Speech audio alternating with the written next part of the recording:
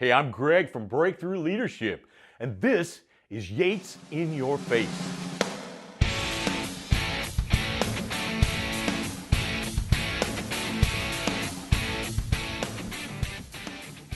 Somewhere along the line, we learned it was easier to just say yes and get it over with. I learned that if my wife hesitates more than a second before she says yes, she really means no. She's so clever that way. But what if every time you said yes, you had to immediately say no to something else? You know, match up the choices you're making and decide right then what you're going to trade. What if you had a salary cap like the NFL? Ooh, if I say yes to this, it's going to cost me 2 draft picks. Isn't that the type of commitment we're really making anyway?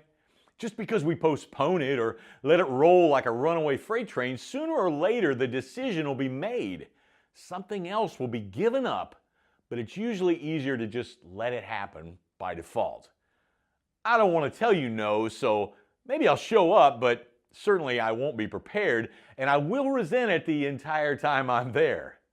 Saying yes to something means saying no to something else.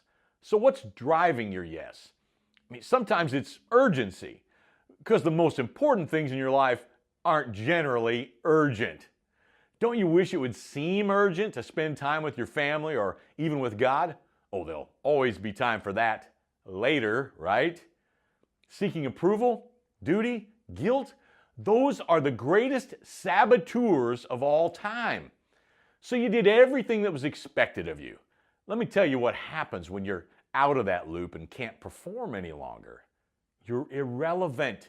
Someone else is the new performer, and guess what? You didn't care about those things anyway. Here's what I want to be relevant to: my family, my faith. I want to stand before God and be relevant in the kingdom. I want to become the person I was created to be, not what I was expected to be. You can't afford to miss this. If it's not essential to your chosen mission, the definition of success you've developed with God, your family, and your team, say no.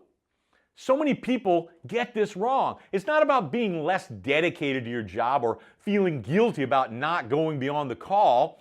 It's not a war between work and home. It's not even about balance. There is no balance. Define success in such a way that the important things are included. They won't always seem urgent. It has to be refined and clear. Everything we're talking about fits. It all fits in your life. But some things don't, and they got to go. The time stealers and the purpose eaters have to go. You have to just say no.